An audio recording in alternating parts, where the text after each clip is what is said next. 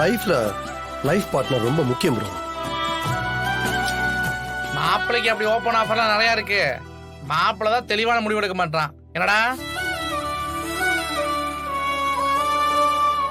Bro இதெல்லாம் விடுங்க, நீங்க உங்க ஒய்ஃப் பத்தி சொல்லுங்க ப்ரோ. என் ஒய்ஃப், ஒரு பையன் ஒரு பொண்ணை லவ் பண்ணா அந்த பொண்ணுகிட்ட அவன் என்னெல்லாம் எதிர்பார்ப்பான்? ஜாலியா ஊரை சுத்தணும், நினைச்சப்ப போன் பேசணும், அப்பப்ப லைட்டா டச்சிங் டச்சிங் கிசிங் கிசிங். என்ன ப்ரோ சிரிக்கிறீங்க? அதெல்லாம் உண்டு தானே? அப்பெல்லாம் எங்களுக்குள்ள எதுவுமே இல்லை. முதல்ல வீராக்கு அவளோட ஃபேமிலி தான் பெருசு. அவளோட ஃபேமிலினா அவளோட ஃபேமிலி மட்டும் இல்லை, என் ஃபேமிலியும் சேர்த்து தான் சொல்றேன். ப்ரோ, நான் ரோட்ல குடிகாரனா சுத்திட்டு இருந்தேன் ப்ரோ. என்ன எவனும் மதிக்கவும் மாட்டான், குடும்பத்திலையும் சரி வெளியவும் சரி. இவன் ஒரு ஊதாரி, ஊர்படாம தான் போவான்னு சொல்லுவாங்க. இன்னைக்கு 4 பேர் என்ன மதிக்கிறாங்க. வீட்டில் எங்க அப்பா மரியாதையா பாக்குறாரு.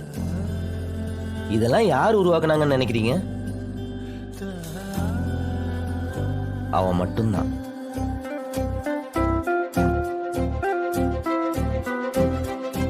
ரோட்ல குடிச்சிட்டு கண்ட இடத்துல உளுந்து கிடந்து வாந்தி எடுத்து போற வர்றவங்கிட்ட எல்லாம் வம்பிழுத்து பொறுக்கின்னு பேர் எடுத்தேன் ப்ரோ. வீரா என்ன இன்னைக்கு ஒரு பிசினஸ் மேனா மாத்திருக்கா.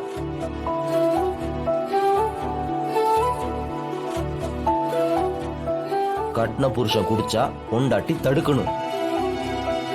சரக்கு பாட்டில தொட்டாலே பொண்டாட்டி தூக்கி போட்டு மிதிப்பான்னு பயம் வரணும். அப்படி இருந்தாதான் அவளுக்கு நம்ம மேல உரிமை இருக்கு, அந்த உறவுக்கு ஒரு அர்த்தம் இருக்கு. சார், எனக்கு குடிச்சிருக்கீங்களா? எனக்கு பிடிக்கல.